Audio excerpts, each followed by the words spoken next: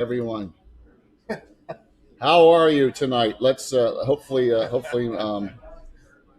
can hear us or see us. We'll see as we get people on here. You know, fourth stream from Gary Con and at an actual normal time slot. So let me introduce everyone at the table. Currently, I'm J.K. Lord Gazumba, as you always everyone knows, and Anna's got her laptop out because she's having problems checking in for her airline.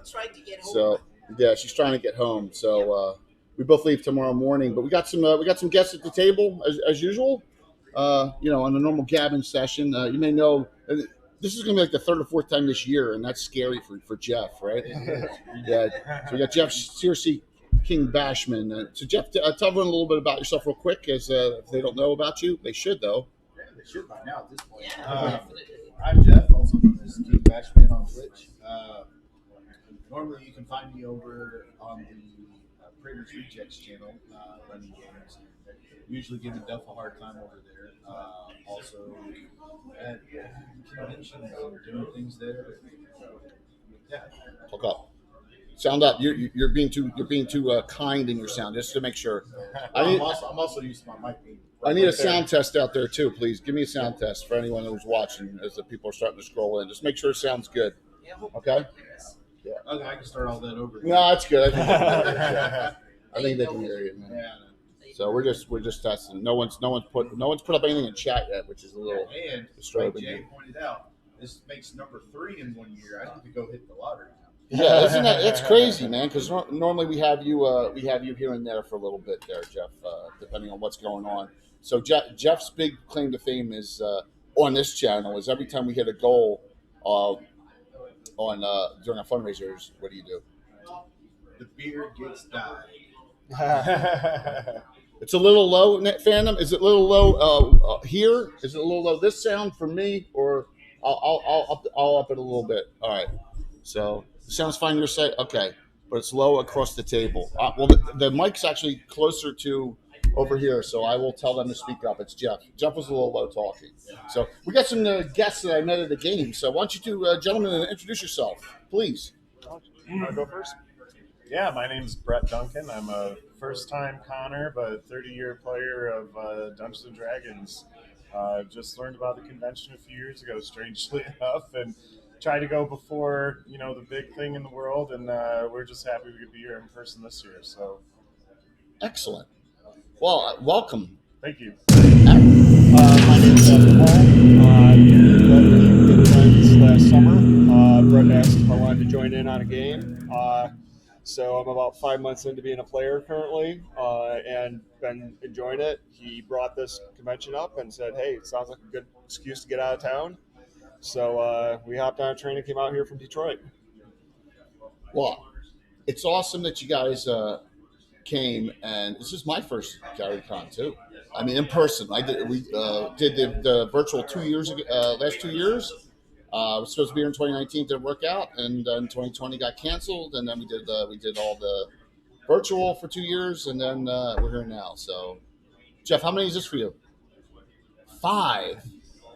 Nice, in person. Wow. Yeah, excellent. Anna? Third. Okay. So if we have some sound bouncing down, we actually have the guild, the actual great guild of Warp. They're talking about that.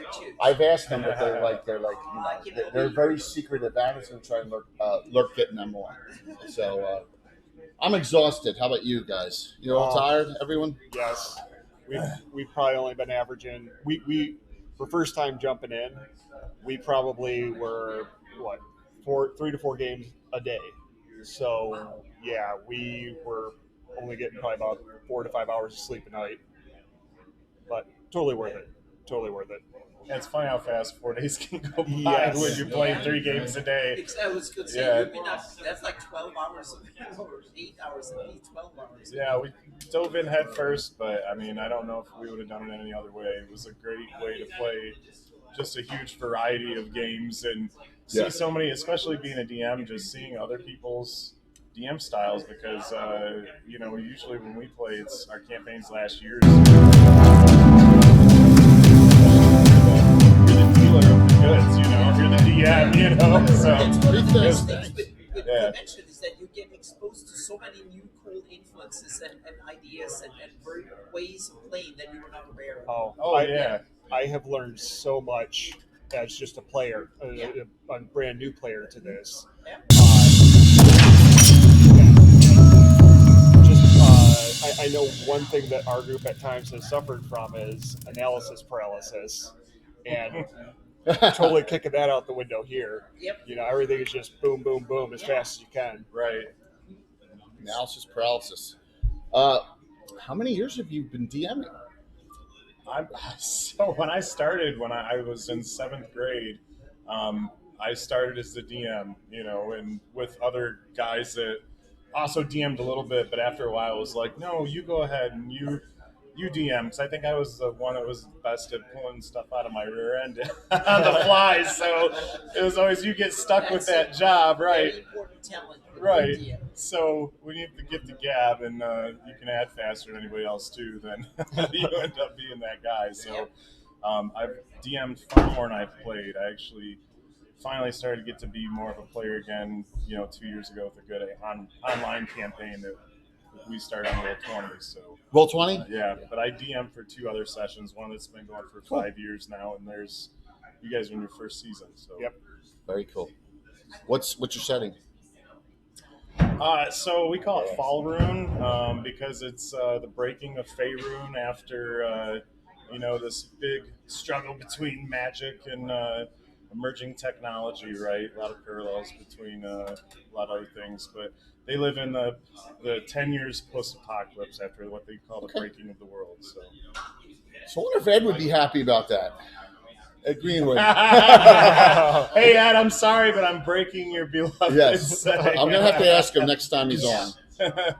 So it's a mix of like a Fallout and a Faerun together? Yeah. Is that, okay. Yep. That's cool. The wastelands and populations are very low, and it's back to not having all the comforts of some of the larger cities you have in the realms, but now it's back to surviving just between and very local areas with a lot of tribal stuff. So Little Mad Max notes thrown in there too. a little bit of Mad Max, yeah, right. Well, color me intrigued. I want to play it. Yeah, that sounds cool, man. Are you doing that one via VTT? Is that one through Roll20 or? No, that one we do in person. Okay, great. That's cool.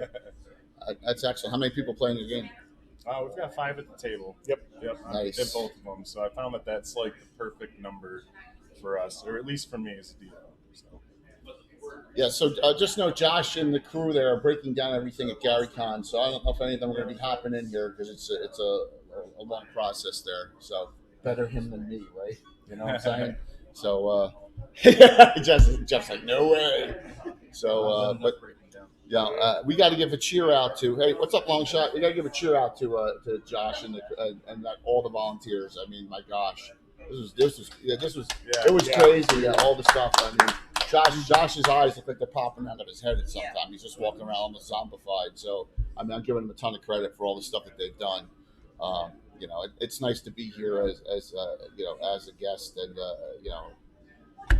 a VIG, whatever that means, right? Without them, there would be a lot more chaos here. So yeah, absolutely. And now they're just trying to get all the stuff that's placed everywhere in this large facility packed up at this point. So, and that's why I figured I'd stay till Monday. I was like, you know what? I want to do something Sunday. Do I want to rush getting home? I was like, I'll just stay till Monday morning and then go out Monday morning. But I'm shocked how many people went. It's like a ghost town here already. Yeah, it went back to being a hotel. Yeah, in yeah, 30 right. minutes. It was a convention one day, next day was a hotel. Yeah. We're kind of surprised too. But, What's up, Armin? Yeah, well, it's being our first experiences for a lot of us here. We don't know what to expect, but now it appears that people just fly the coop right around noon. The vendor hall closed at 1 o'clock today, and then they all broke down and stuff. I was talking to Steven Chenault, and he's like, "I'm getting out of here." He's a controller.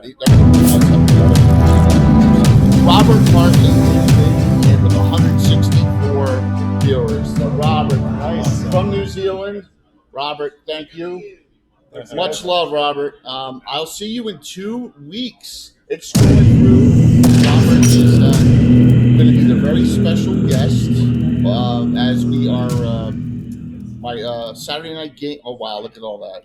Well, you're all one. Robert, that was really kind of you. Thank you so very much. Hey, You know, speak of the devil. look at that. Speaking of the devil, this is our wrap-up show live at Gary Con. Please hang out, Robert. I know you stream with the Aussie Pacific Rim group. That's fantastic. So sit down down there, Josh. We were just talking things. Unbelievably, I said some kind things about you. I don't know, you know. So Josh Pop, everyone. Does someone have a Well, I don't know. You may think that. So, but and also yes, Matt is wandering around with Matt Everhart, who joined us Wednesday evening when we first did this to see if we could actually stream. So let's read. still on? Do you want to wave the heat? Is he on? I'm not sure if he's on, but this is Robert Hart originally streamed. Thank you, Antipodean D20, Dead Aussie Gamer. Who am I missing? And Robert Hardy. Am I missing? Any of the Dry Ike guys? Yeah. Still on? Hey, thanks. Thank you all so very much for participating. Yes. So. Any of the other Aussies? That we maybe forgot? Oh, the followers drown us out every time. Okay. So I apologize, Robert. This is a rigged up rig on my laptop. So whenever I see it pop up, I will stop talking. But thank you for letting me know that. I tried to lower those settings. It didn't work. So, but I really appreciate it. So hopefully no one else follows. How's that? So yes. Yeah. Thank you, Rob. Thank you for mentioning that. So reintroduce for all the new viewers. Please introduce everyone. Go ahead. A lot of people know. Yeah. So. But normally I do fantasy maps, especially on Greyhawk and a bunch of other stuff. But so that's it. That's it. It's more than enough. Go ahead, Jeff. I'm Jeff, also known as King Bashman on Twitch. You can usually find me over on the Prater's Rejects channel, running games and playing some one-shots and charity events. And I'm also an independent publisher. So. We got a light that's coming in here. Yeah, Jeff, slide down a little bit there to get Matt in, please. Slide down. There we go. You're in. Yep. That's it. Cool. I can move it a little bit Look further. at that. So there we go. Musical chairs. What is that? You see that on here? We got a reflection somewhere. Yeah. Or is it off of this? I think it's off of that. Oh, It was off. Yep. It was off of the iPad. just catching it. This is what happens, man. I did my best to set this up for everyone. So, well, hang out and we're going to tell some stories about GaryCon. So please continue around. Josh, I know we said some wonderful things about you. You're really in shock, I can see. Or is that just fatigue? Yes. Why not both? Yeah. Josh Pop Zarathon, everyone. So. Hi. Yes, and he's talked all he wants to talk, I can see. And then two new friends of mine right here. Please reintroduce yourselves, guys. Hi, Brett Duncan, first-time Connor, long-time DM. Adam Hull, first-time Connor and a newbie myself, about 5 months in. Brett's my DM. I'm his dealer. I give him the satisfaction. He's the one that got me hooked. Was the first one free? So let's talk. Was the first one free? I even Of sent him the course. player's handbook. Yep. I need that dice fixed. Come on, man. What do you guys play? Kind of a homebrew like everybody, right? Broken World. What happened if Faerun was divided between Magic users and those of David? using like kind of the See you, David steampunk Lennon. technology, and it really came to some kind of cataclysm and broke the world. So What's up, now it's Vancouver? now 10 years past when everything is kind of Everybody knows, destroyed. yep. So cities are just slowly starting to come back, and there's a lot of tribal power vacuums and tribal. And there's old Section. artifacts of power Yep. that remain yet to be discovered Yep. from Black coffee. previous generations. Which is funny because I run It'll- two because it's campaigns. good The without, first yeah, second campaign, they're actually doing the events that are unbeknownst to them. I hope they're not watching. They're going through and doing the events that Earmuffs. are breaking the Earmuffs. laws in the second setting for the other team. So it's like I get to recycle my own material. Nice. Matt's working on like a diesel pump world. Okay, Oh, yeah. cool. Yeah. I ruin everything for Matt though. I got the play test in it. Or just put me on spot. Yeah. Oh, that's right. Is that the Shintufi or is that something? No, that's Why not? the Shintupi thing that he did with Luke is more like a Okay. Bacloonish West thing. You know, Yeah, so Matt's actually here. we're He can gonna- talk about right. both things. Yeah, so I'm working on two things. One is Suntufi, or the World of Akarim, which is Luke Gygax's own personal Cool. post-magical apocalypse world, I suppose. Nice. And that Kickstarter just started yesterday. Awesome. Funded in I- just a couple minutes. I, which is great. I signed up so that I could play with Luke at Game Hole, just so I could give him out. It's one of the rewards. You get to play with him at Game Hole in October. In October, yeah. Third weekend of October, I believe. 20th, 23rd. You're going to be there. I'll be there. You're going to be there working. Yes. Thank you for reminding me. All right, Hey, Sith Lord Dave, good to see you. There's a lot of people on chat now that were here. Sith Lord Dave was here. Oh, yeah, Dave was here. We're here in person. So, Adam, I think, Adam, you were here too? They make Yeah. it back. Oh, I'd like to formally apologize to everyone who actually tried to speak to me and I was completely brain dead because, well, yeah. And thank you again, Anna. You were amazing. Thank you. She helped. Him? Wait. Come on. I helped Lou that time. That made up for everything, right? You helped for about a minute.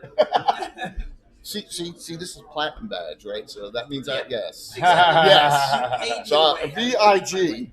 Yes. So no. Come on, man. I know you're busting stones here. Whenever I was asked, I did something.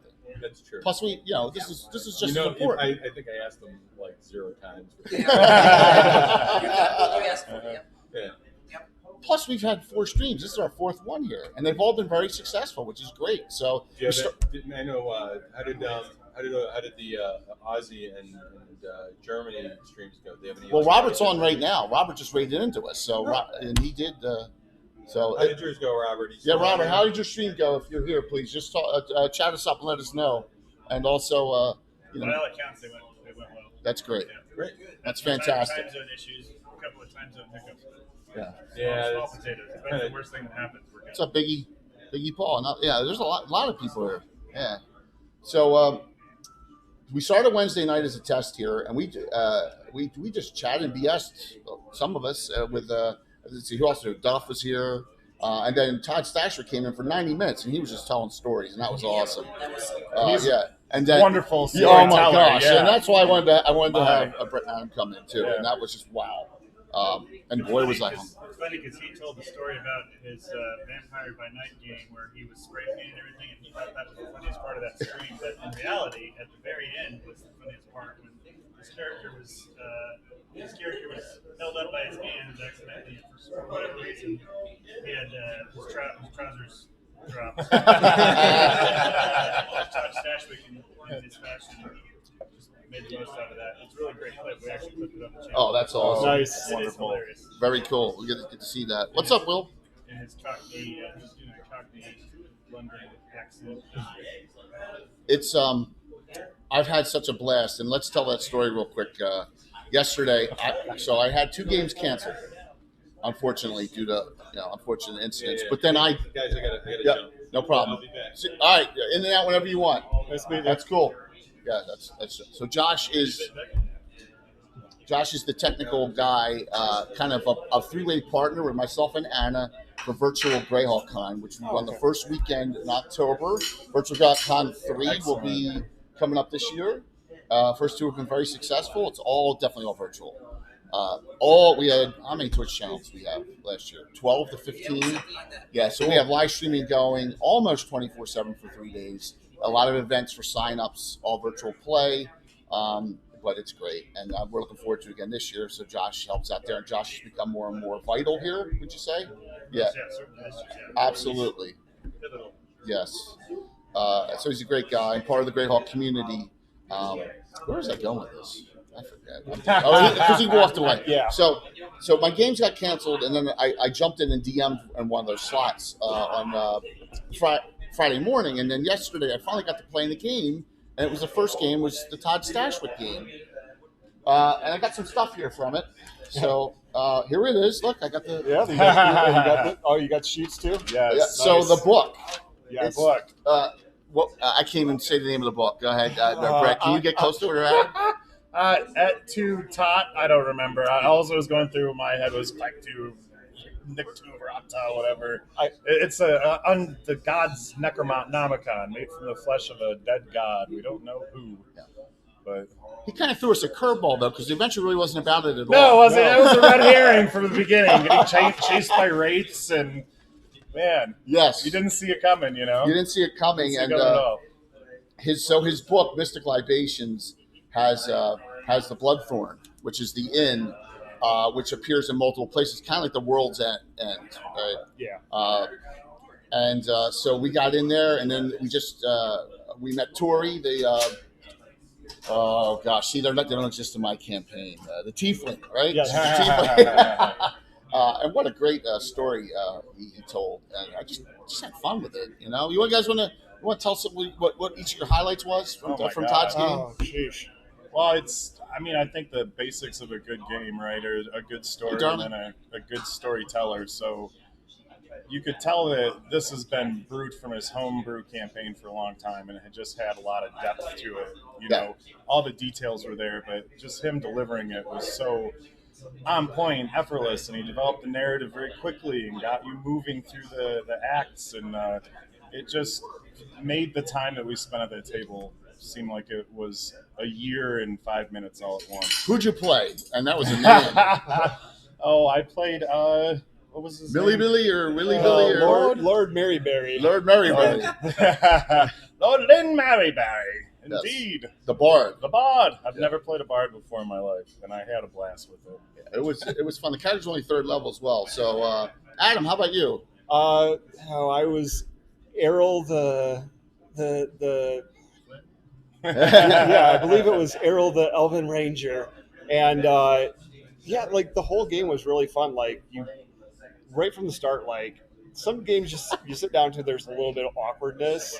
This was organic right off the bat. We all just sat, we meshed, and we ran with it. And the story had 3 wonderful parts to it. There was a beautiful flow. The comedy was great throughout all of it.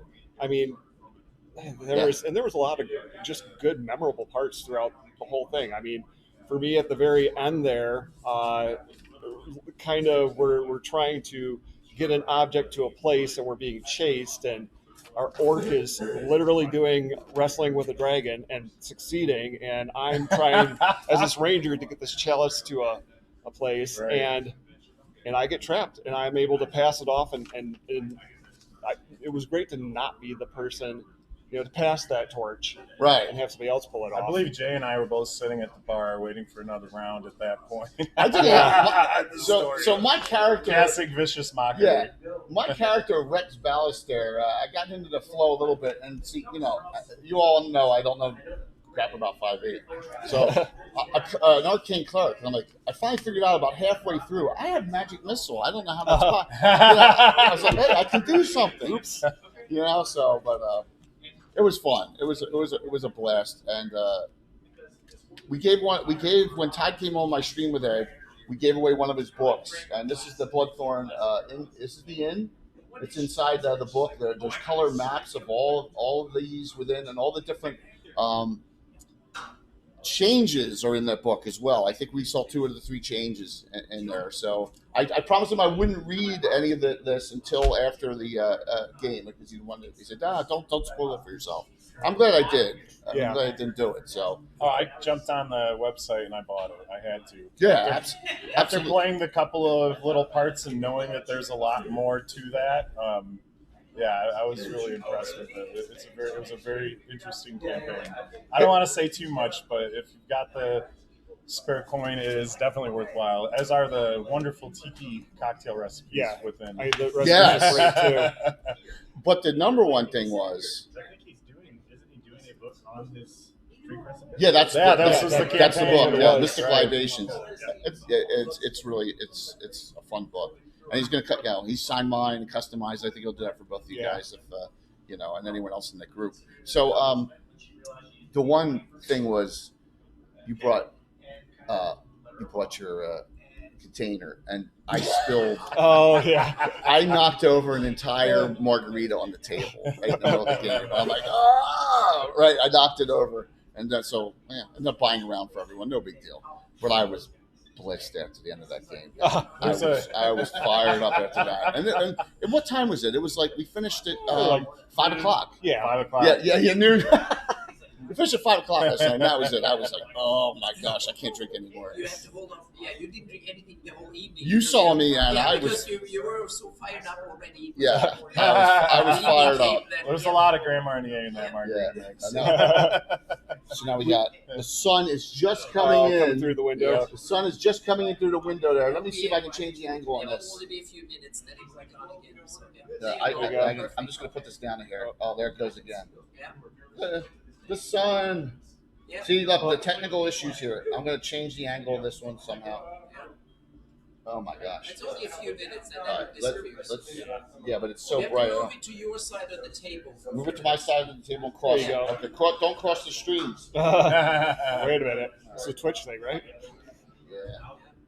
Now it's still in the sun. You have to move it out of the sun. Yeah, the only issue is that if I cross it in front of that one. Oh my gosh. All right, this is what we're going to do. We're going to cross the streams a little bit here. Yeah, We're going to do exactly. cross streams. Yeah. All right. That works. That works, but they're going to have the other camera for the other camera. So, Yeah. but oh, you know what? Let me just do this. I'll be off the camera for a bit until. There you go. All right. Yeah. I'll be off camera a little bit, everyone. No big deal. So, all right. I do have a fun little story to Please, tell please, about Todd. We were sitting having breakfast this morning, and as we're sitting there, I go, he seems really familiar. Like, Oh, you didn't Todd know seemed really- he was in 12 Monkeys or whatever? no, man, so he's in a I was whole like, bunch. he reminds me of this actor I've seen in 100 things. Yeah, but the I bad can't guy. He's always a bad guy. You didn't know that? Oh my gosh. And I watched 12 Monkeys, and so that's what's really funny is, okay, so I watched 12 Monkeys, and during the game, if you remember, when Tori, the bartender, the tiefling, got introduced, Yeah. Brett made a joke about a place called City Club. Yeah, it's like Detroit. Yeah. City Club is Detroit's infamous goth club that's been around for actually 30-plus years, if not almost 40 now. And actually, the first episode of 12 Monkeys was filmed in the lobby of the Ramada, where City Club is at. So I thought that was kind of a funny little circle. Did you know that? And that's how you put that connection in? No, I had no clue. I was just, yeah. And I think I threw a Bruce Campbell joke in there too, Yeah. and I didn't know that he was on Bird Notice. I'm like, oh my god, Yeah, right. He's That was funny. he's our age, and so goes way back. I mean, he's been on every Law and Order, Yep. CSIs, all sorts of things. So he was he was a real bad guy in The Riches. If you remember that show, wow, he's bad now. But yeah, great guy. And I met him on Twitter, and we're just talking on Twitter a little bit. And I said, hey, one day he was talking about his D&D game. I said to him, you want to play in a game with terrain and miniatures and with Ed Greenwood? He goes, Ed Greenwood? I was like, yeah, Ed Greenwood. The Ed Greenwood? I'm like, yeah, in my Greyhawk game. Ed Greenwood plays in your Greyhawk game? That doesn't make any sense. I'm like, but he does. So yeah, that was it. It was just, and now we're going to have a crossover because his character is Luke Smelf, son of Melf, right? Eleator is his name, and his character Morton Diviv, right? You got to say Morton, not Morton. And then we're going to have them in the same game together down the road, a couple months down the road, with Ed and that crew. 2 drink minimum.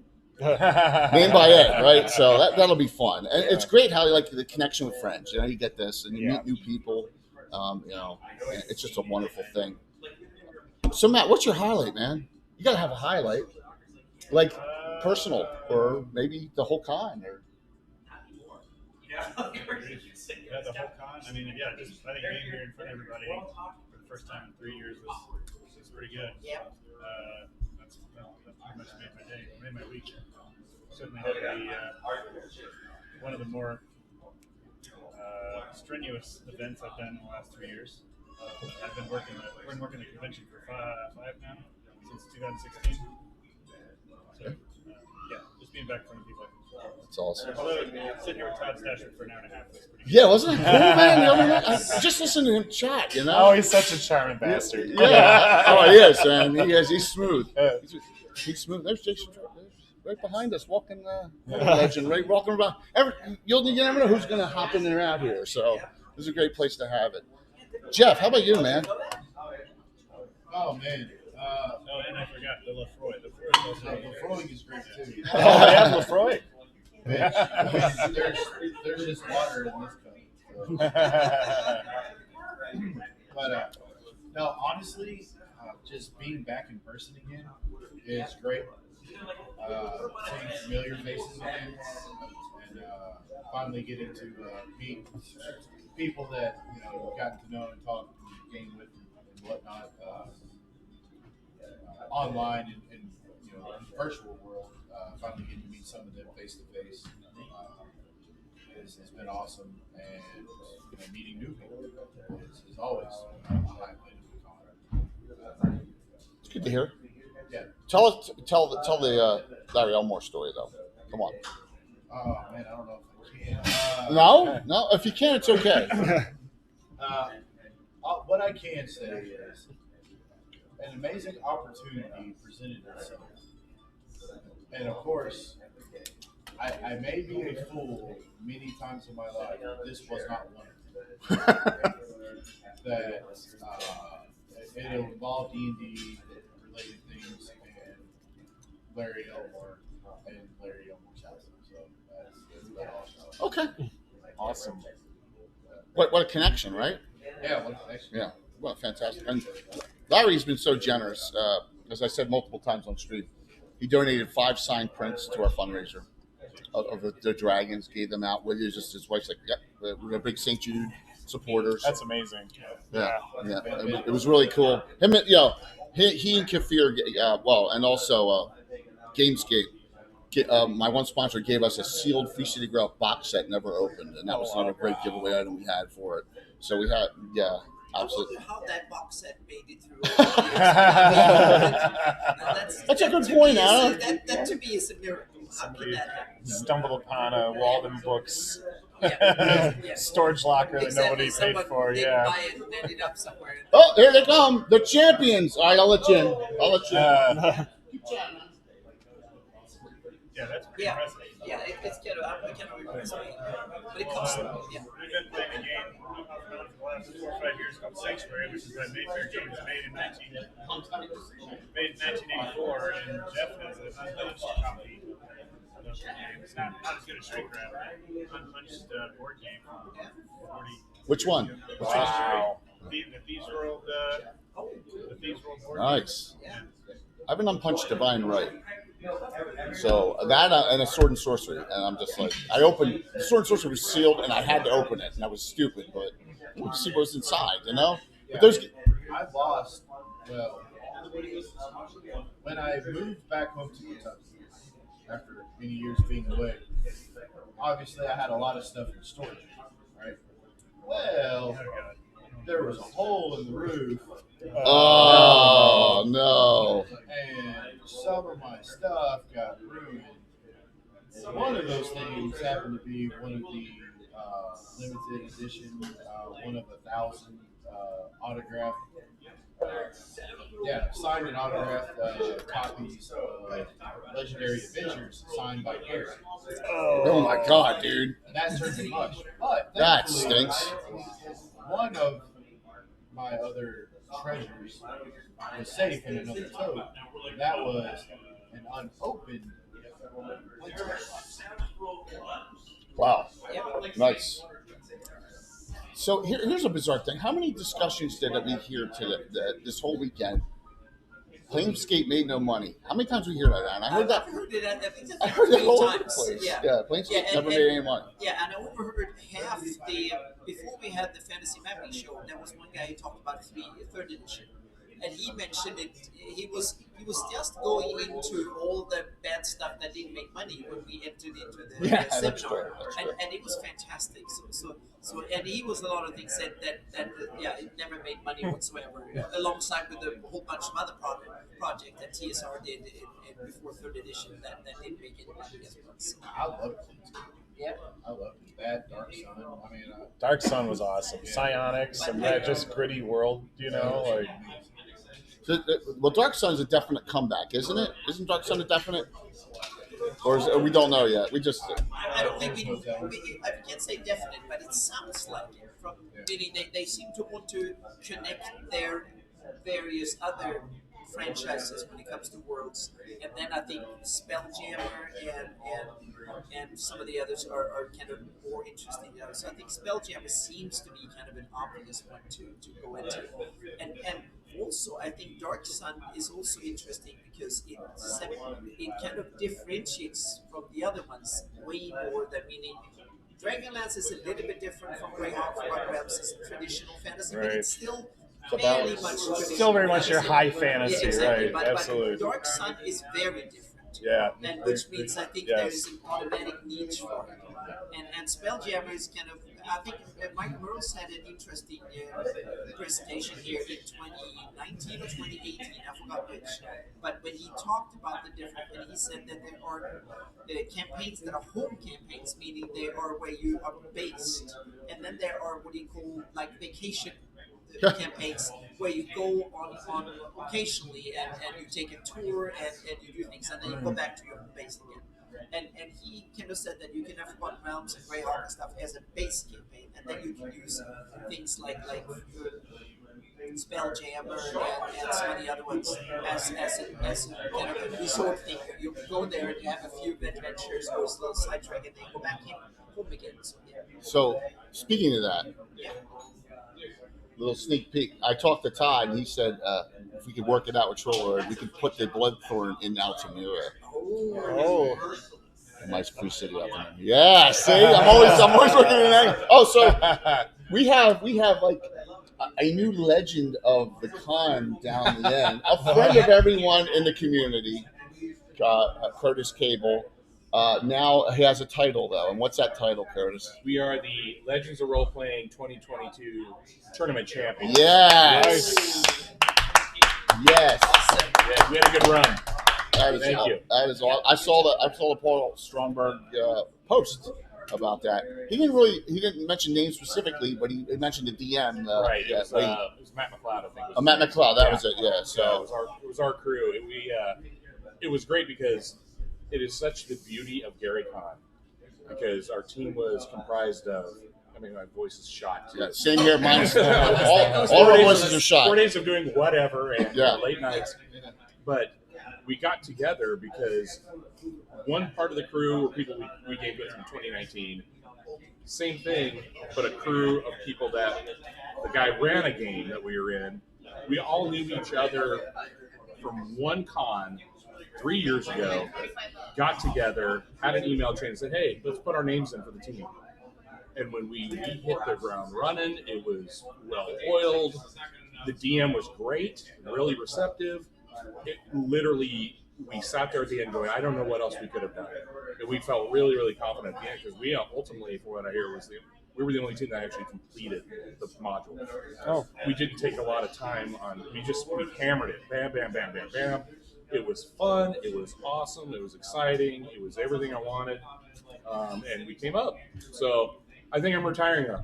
I want it done. I want the belt. I'm walking away. Go out on top. Next time we are up for a competition, we need to have a consultant. Yes, absolutely. Because we screwed it politically. Oh yeah, that was. Oh my gosh, that was 5e. Oh my gosh. Thanks, man. Thank you. Thank you very much. We had a great time. It was good, and it was when we hit the ground running, you rolled, and we got within 10 minutes maybe of time. Wow. And in a 4-hour game with one small break, you can blow 10 minutes on something. We I mean, you know what I'm I'm saying? So analysis paralysis. it was yeah. it was as close as we could have gotten it over the wire. And Jay and me were Worked out. I forgot The big bad. Yeah, the big bad. We blew 2/3 of the session not going through the first room. Yeah, Like, oh, this is because interesting. I was old school in it, and it was 5e, and it's like, oh, I got a monk that does double dash or whatever, and I got a. I was like, what the frick is that all about? Double dash? I don't know what double dash is. We came in dead last. Dead last. Never got anywhere. We got in the zone, Jay, and that was the other thing too. Was, and I'll just use one quick example. Well, first of all, the way that the adventure was designed was very much a thinking characters game.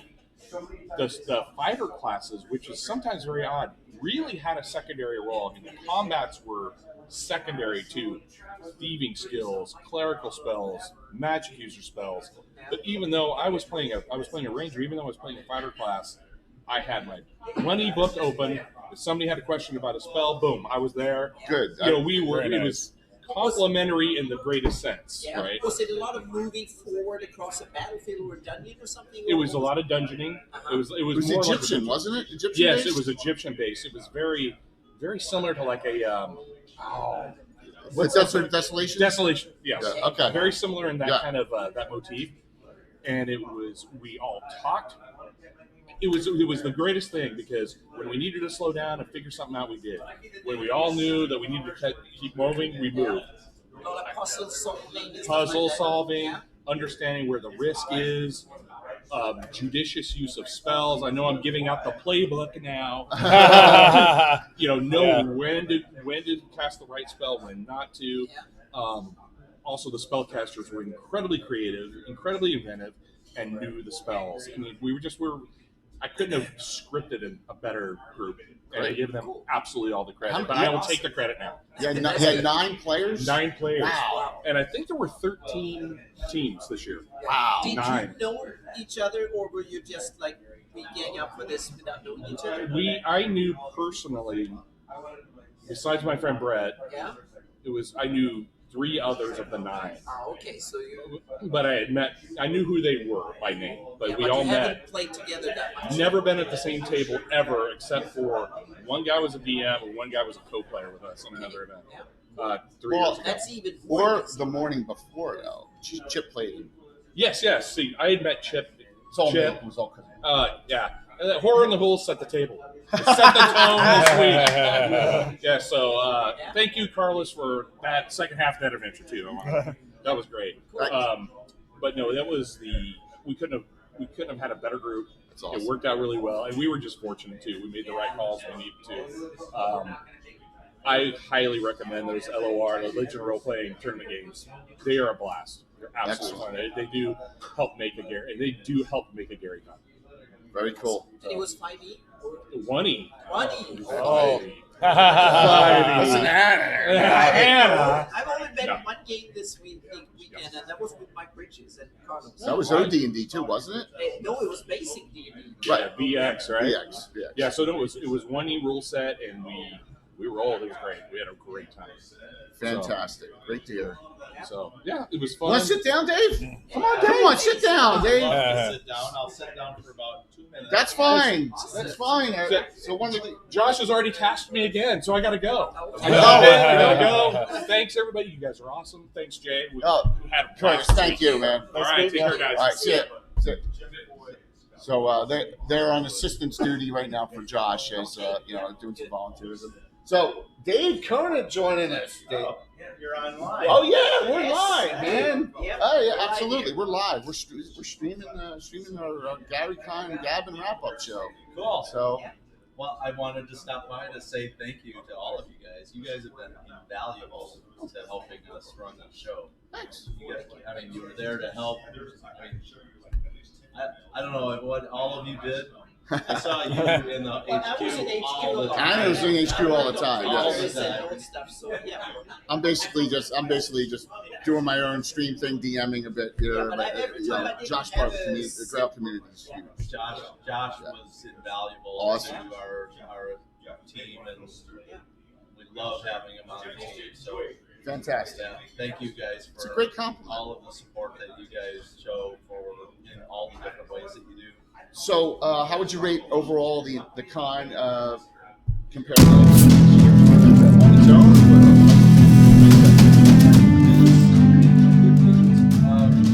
People were just ecstatic to get back out. Everybody was so ready. So that was really good to see. Being able to get back out here after 3 years to see people again. That was fantastic. I think I was really ready for that. I had one opportunity to be at Game Hole Con for a day or two last fall. That was my first outing since all of this started. This is the next. So it was a good experience. Excellent. So that part was great. There was much better attendance than we expected. So originally we were seeing numbers, and we were expecting things to be more like in the Gary Con 8 level, for attendance, which would be more like around 1,500 people, somewhere around that frame type amount. And I think we ended up. I haven't seen numbers for real live people yet, but I think from just looking at badge numbers.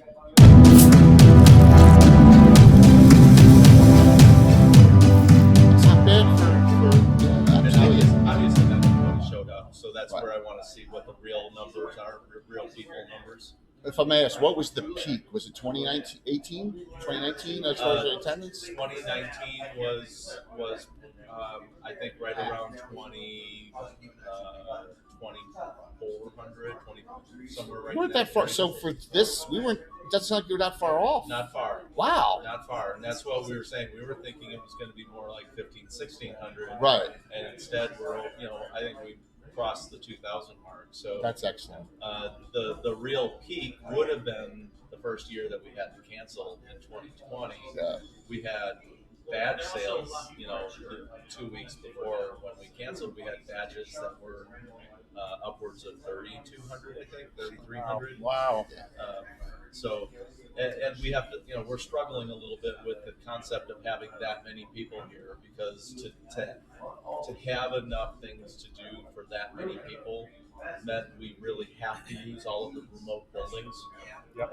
And there's a lot of controversy around that. People are hesitant to accept the idea of needing to take a trolley or go a mile down the road. Constraints of the venue. Exactly. Yep. So I think this is a great year for us to kind of get a good feel for reevaluating exactly where we think our ceiling is, and how we want to handle it. So I'll say this though: in 2020, and that was going to be my first time I attended in person, and then we went virtual. And I did 6, 7, 8. I forget how many it was that first year streams. Put that together in 10 days, if you remember. It was like. It was amazing. Jeez. Yeah. Oh my God, dude. I was frazzled. I was frazzled. Yeah. Oh my gosh. I could not give enough kudos to you guys that do streaming stuff. You and Matt. The whole crew. Yeah. All of you guys. I mean, it was incredible to go from, an almost entirely physical convention, and I think that year we started talking about having a virtual convention that year, but I think we had, before we had to cancel, I think we only had about 30 or 40 virtual events. Yeah, it was only 2-3 weeks from it was 10 days. It was like 10 days. The announcement. It was 10 days. It was 10 days, and I was like, that's a lot of organization. Yeah, which non-existent. Right. Exactly. We got it all together. And in those 10 days, you guys converted like almost all of those events over to virtual. Yep.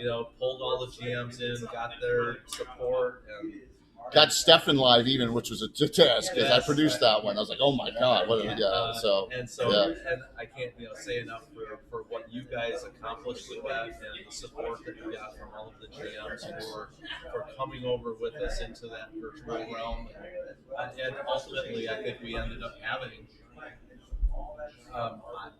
I don't remember exactly, but I think we had right around 2,500 virtual attendees that year.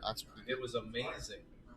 And now it's kind of, you got a hybrid now, and that's the cool thing because you got a virtual part of the con that opens it up to so many other people. And it sounds like from what Matt said, with the German and the Australian and New Zealand crew streaming, and I could be here and play here in person. We got a whole crew of 24/7. So it's kind of it's more than 2,200 in person, but I wonder how many it is counting the virtual. Does that number bigger? You think? That's a good point. So the 22 or 300 badges is both combined. Combined with virtual. So the last time I looked at the system was probably a week and a half ago or so, and I think we had about 175 virtual. But in that week, I've seen I get daily announcements or notifications from the system telling me how many badges we sold, and I know those numbers were pretty high each day. Good. So I know we got a lot more virtual players coming in. It's excellent.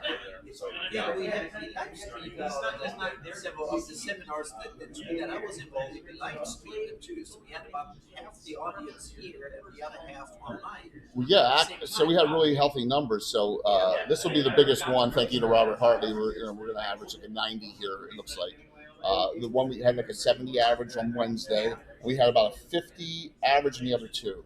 So we had 50 people watching our Legends and Lore and our virtual fantasy mapping show in each. So we reached 75 people for both those seminars. It was great.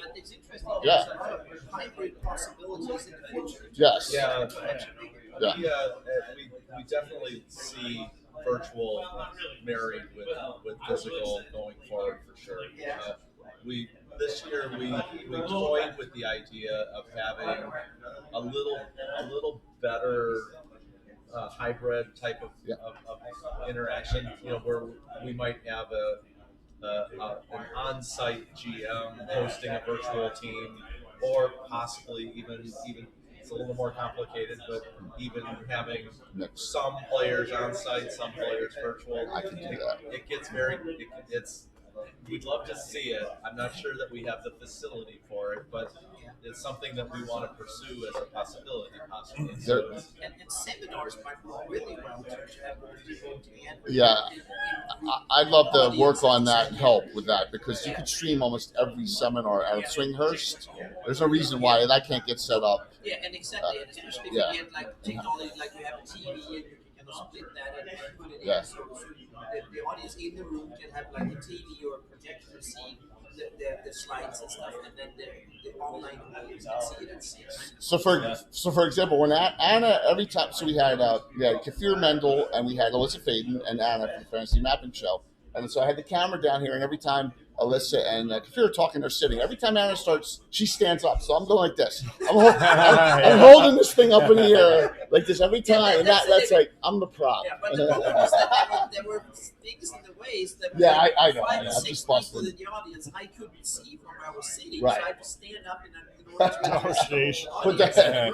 that was the cameraman. chase it around. And then when I talked about a slide, you have to take the camera and Yeah. look at my So- laptop in order to see it. Just using this There's equipment, some of these but technical kinks that can be worked out over time, Yeah. so to speak, with better equipment in the seminar rooms. Plus, we're hotspotting it through my phone too, Yeah. so there's got to be a better way than that. But it's yeah. working, so But you know. the cool thing Yeah. is we have the first kind of embryos to it, Yes. and it can get better and more technology in the seminar rooms, and then with more better hooked up internet and we are more prepped for it. Good, It Jeff. can really develop. Well, I was going to say because I've done it myself and been part of it as well on other channels.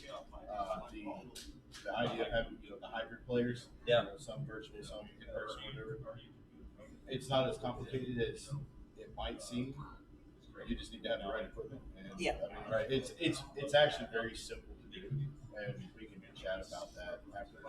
Yeah, I agree. I think more people are open to the format of it too over the past 2 years because everybody's had to adapt so much that we've even done it on a lot of our sessions where one person can't make it. So it's like, well, there's a laptop, there's a camera, there's a mic, and your face is right there. And yeah, it's easier now than it's ever been. That's for sure. So yeah, just fine. Yeah, one of the creamers on the far left. Just one. Yeah, have him. Oh yeah. Running it for a couple of years. Did you see the Arkin Forge? The Arkin Forge. Now that was amazing. Like this is Photoshop for building dungeons. You know, how much easier can you make it? Yeah, you have a lot of cool tools that DMs regularly use in their games that you can benefit both the players in that sits around the table if they have like a monitor here or a monitor on the wall or something. Absolutely. Or even sit with their own laptops and tablet. And that can also mean that the audience online can watch the same content as the players around the table. Yeah. Well, even Brett just started recording his sessions too, just to help on cutting down That's on taking the other notes. cool thing you can recap those automatically. Well, you forget when you're ad-libbing a lot and you're making the story flavorful, you know. You don't always remember every detail that you give out, right? Exactly, you get a full recap. Yeah, and then you listen to it and you're like, oh man, I dangled that little plot hook that one time, and now I know somebody's going to remember it sometime, and I'm going to be like, when the hell did you say that? I don't recall. But now the recording, and who told us about you can cast it through Teams and it'll annotate it for you. I'm like, or transcribe it for you. I was like, get out of here. I'm ready to go home. With digital tools, they don't realize that first. Oh man, I've learned a lot of tips about DMing and running our games this weekend. Yeah, and even when you run it around only players around the table, it's still kind of cool to use these tools anyway. Absolutely. Yes. Yeah. So I just had a question from the audience, and it's from the top of our supporters, Patrick King, Ancient Gamer, right? He said, ready to go home, Jay? And the answer is yes. Yes. I imagine all of us are ready. At least, it's been a long week. Right? Oh, man. But that's okay. We're having a blast. We're definitely ready. Yeah. But here's the funny thing, Patrick. I don't have anything prepared for this week. And tomorrow's a travel day. Wednesday we have Legends of Lore. I have my game on my guys Thursday. Yeah, right? So we're gonna do something easy on Wednesday. I think I'm gonna force Anna. I think we're gonna do the heraldry. Can we do the heraldry one? We're gonna do the heraldry discussion on Wednesday. Yeah, that's a good idea. Thank you so very much. We're going to do that. This is like my 7th cup of coffee. And a big part of that discussion will be designing your own heraldry. Yes. Your own Greyhawk. Okay, so that's what we're going to do Wednesday. And how do you add to the heraldry that's already there in order to suit your campaign? I think will be an interesting part of it. Yeah. That would be good. Yeah, and Dave, you should see it's scrolling through these high res Greyhawk heraldry symbols that Anna's helped me develop. Cool. These are mine. These are all mine. But Anna's Narwhal wasn't. But most of them are mine. Yeah, so I've simply redone the old heraldry from the box set and the Living Greyhawk Gazetteer. Dave, and then added a bunch of them from my own campaign and stuff. And we're going to discuss these on Wednesday and how to make them and some good things. So, Dave, I just showed that map of. Do you know about the origin story on this at all? Anna knows a little bit as well. I'm going to see if I can throw it up here. I'm probably going to crash the stream doing this, so I shouldn't do it, but I'm going to try. Where is it? Is that it? That looks like it. Yes, we're going to show the Greyhawk map. Yes, This. I don't know a lot about the origins. I can tell some of it. Look at that. It's the Castle and Crusade Society that predates the Greyhawk and all that. Really kind of predates D&D, like Chainmail, I think. It does, yes. It started here in Lake Geneva with a group of gamers, including Gary, all in this area, Castle and Crusade. Yeah, and they played in something called the Great Kingdom that we Greyhawk players know about. And they had a map that was not specifically well done. I've seen a lot of there are some photocopies of very kind of vaguely sketched out maps about the Great Kingdom. And what they did was that they commissioned Darlene. I'm not sure exactly who commissioned Darlene, but someone commissioned Darlene to make a Darlene-style map of that C&C Castle Crusade Society map, with some a little bit of updates and stuff. And each member of the Castle Crusade Society was able to create their own region within the map. Oh, how I cool. believe they created their own heraldry for it. Yep. Okay. And a lot of these people who know their Greyhawk can realize that a lot of these locations were carried over. The Wild First, Coast. Gary carried them over to his Greyhawk campaign, and then some of that was carried over to the published version of Greyhawk as well. So that's why you have the Paynims not in the same place as in the published Greyhawk, but there's the Paynims, there's a Sea of Dust, and there's the Great Kingdom, and there's Wild probably Coast. about a dozen locations on that map that are in the published version of Greyhawk. There were probably even more overlap with Gary's personal campaign version as well. So, It's one of those when I walked by, I had to double take yeah. because I don't know, I didn't know the backstory at all about it, so it was really cool. Thank you so much for the help, Eddie. Jeff, could you let Max in, please? You're staying over there, Max. That's Josh's son is coming in. He's like, can I be the special Listen, guest kid, here's your tonight? line in the sand. Don't cross I it. want to be the special guest, and I'm like, okay. And I think that's one of the coolest things of GaryCon is that GaryCon is You can has be down, you more can of go these down the old tropes and interesting treasures than any other convention anywhere in the world.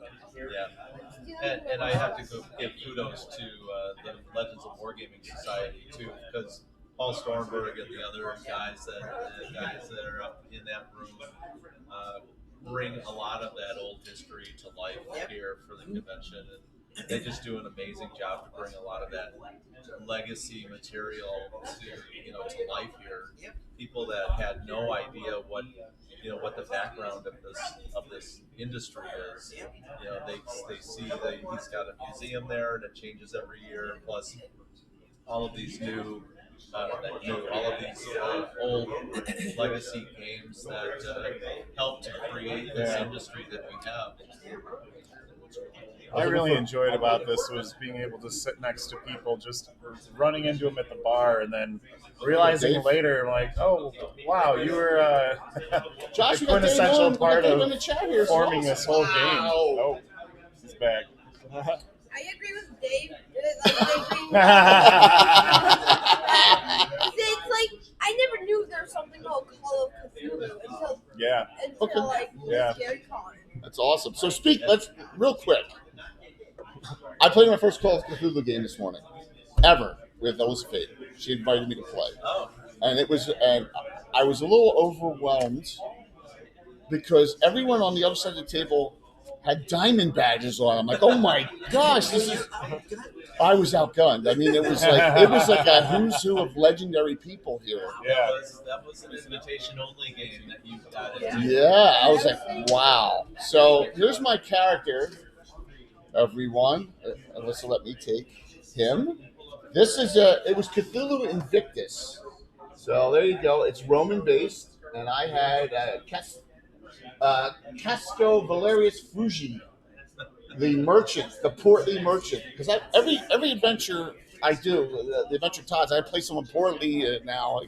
It's just ironic. That's okay. But he had a short sword, and his highlight, I did not lose no sanity points, which I'm shocked because I thought everyone says you die all the time or go insane all the time. Cthulhu did not die, and there was a gladiator who they semi-poisoned him.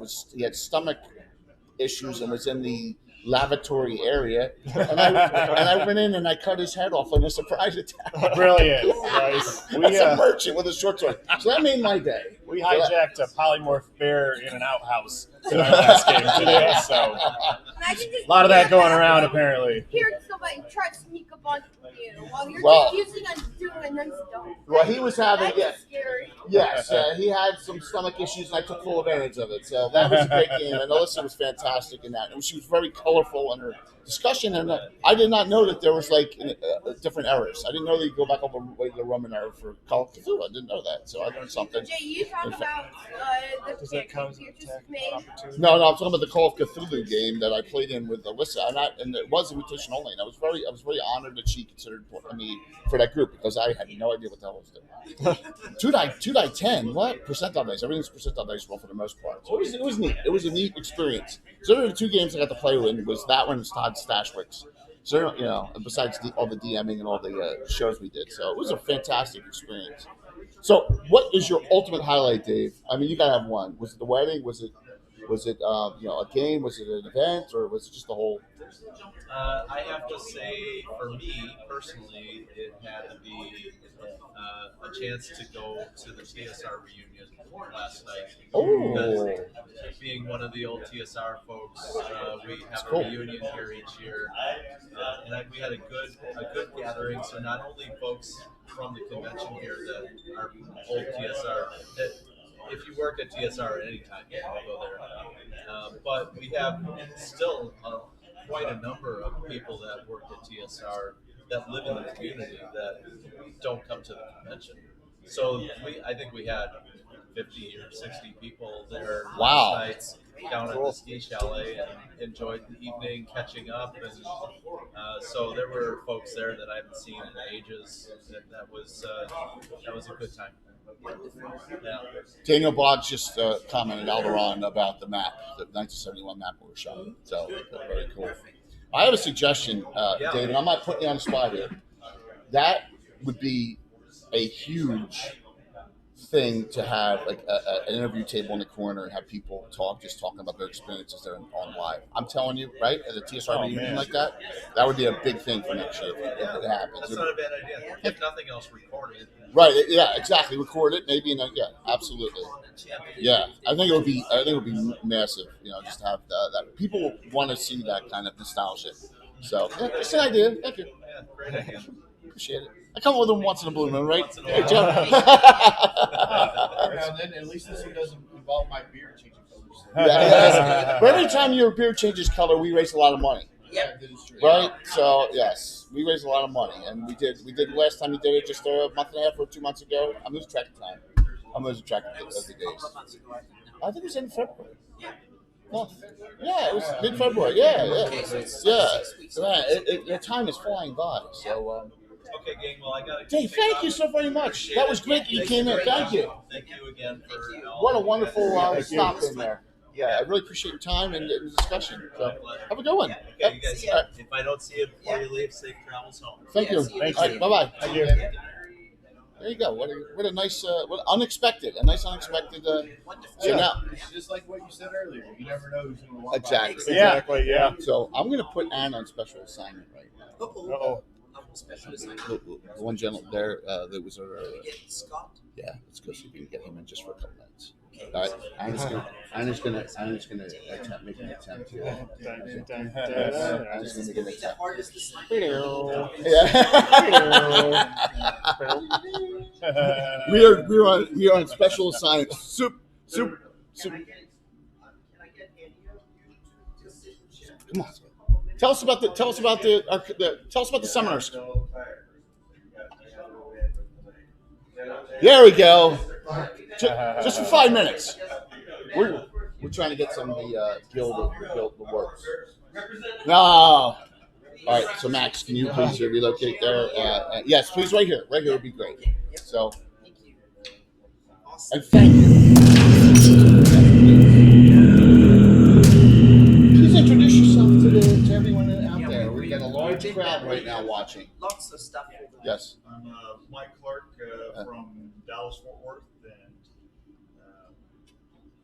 I'm here with Gary Kahn with Guilds of War. And I don't know what to say. I've been playing D&D for 42 years, and Greyhawk is my area of expertise, I should say. Not. I say that we're well aware of who's presence of it. No, yes, no, that's the.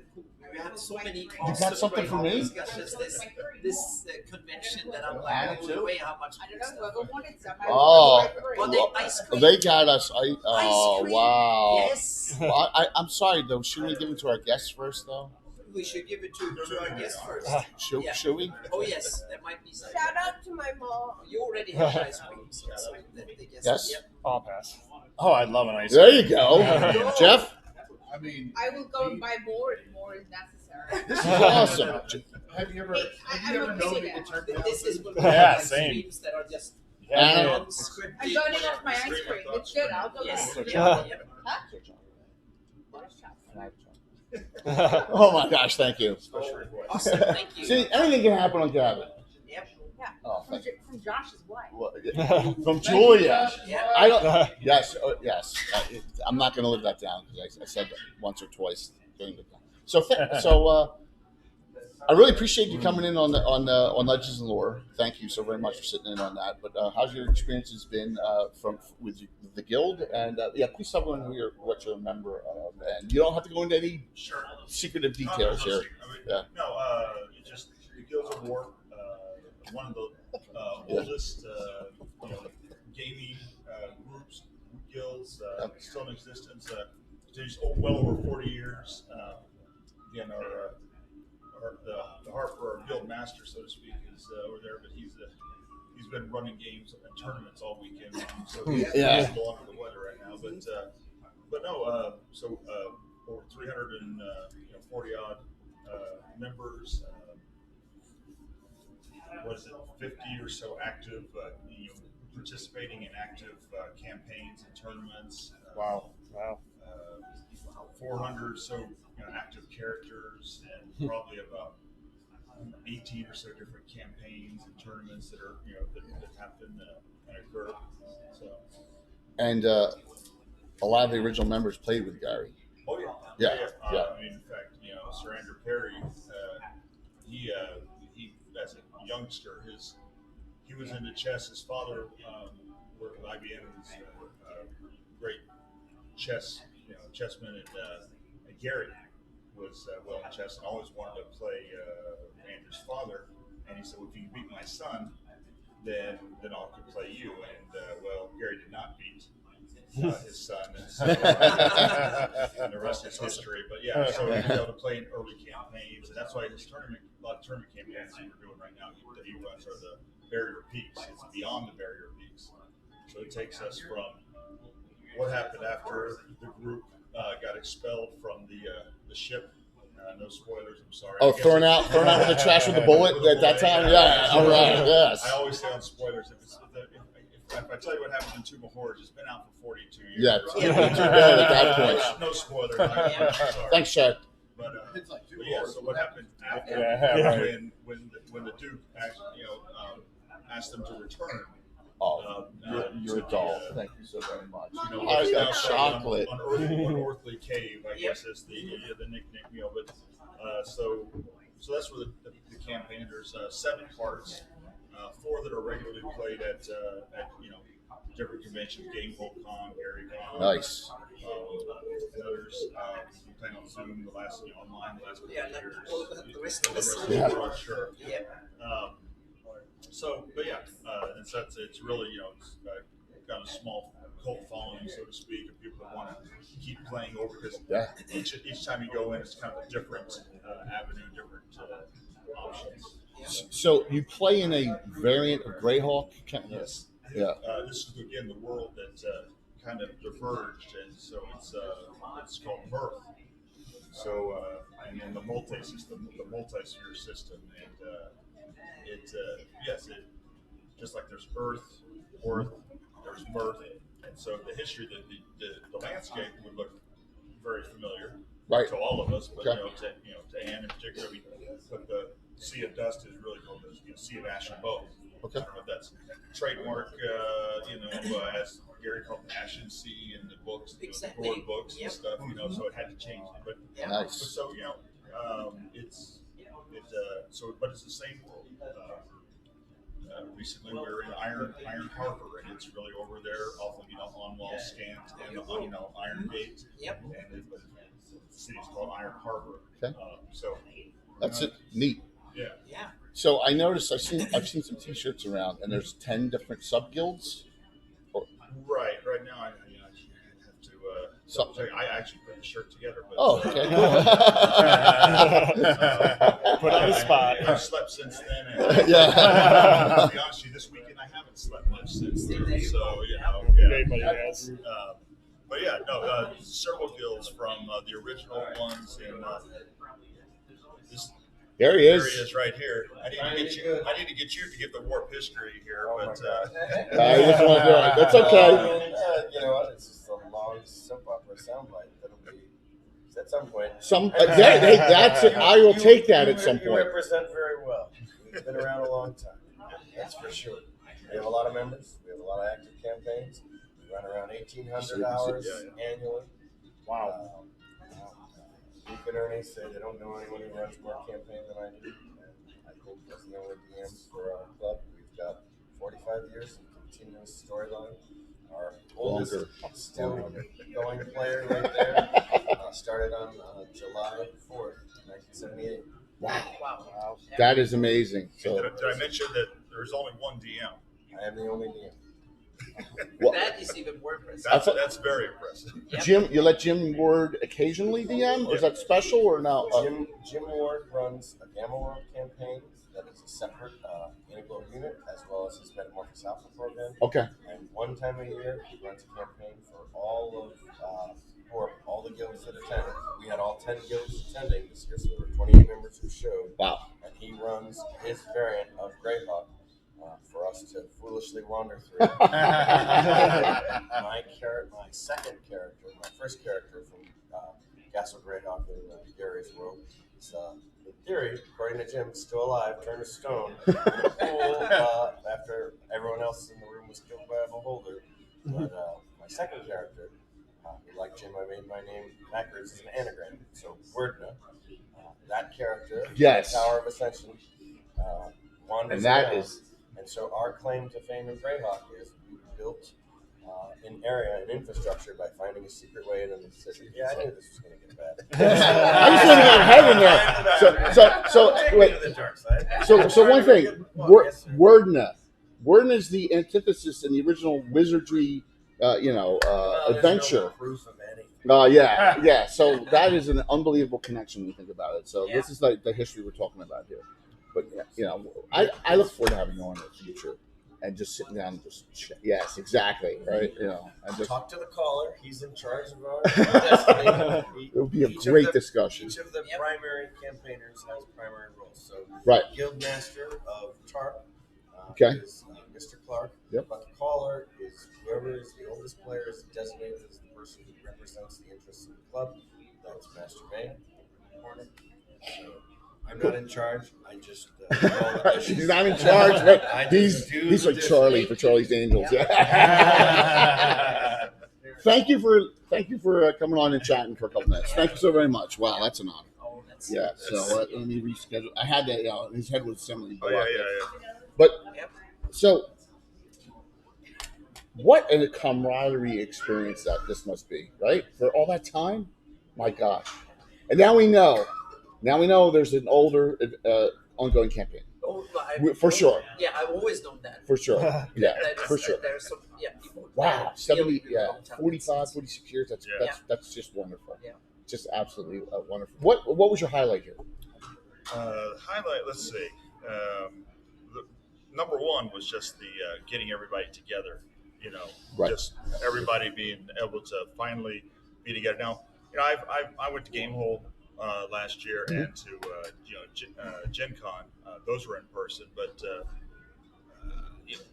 GaryCon has a different feel to it than the larger. That's not a knock on Gen Con with 70,000 people. Now last year was a lot smaller, 35,000 or so, but it was definitely there's a different feel to it, and it just getting together with the people, being able to have access to Ann Beatmeyer, and pick her brain about things. You go to a seminar and you have Jay sitting right there and go, wow, this is great. Everybody I see online all the time, they're actually right here in front of me. Cool. And have access to you. I mean, the games are great. Don't get me wrong, the games are great, but really, it's just it's about the people. We proved over the last few years that we can keep gaming online. Yeah. But we like it when we get together. Great point. Definitely. I mean, there's just something special about me. I can see Adam on Zoom, but to see him in person or something is different. Shake his hand, roll dice, make sure he's not cheating on us.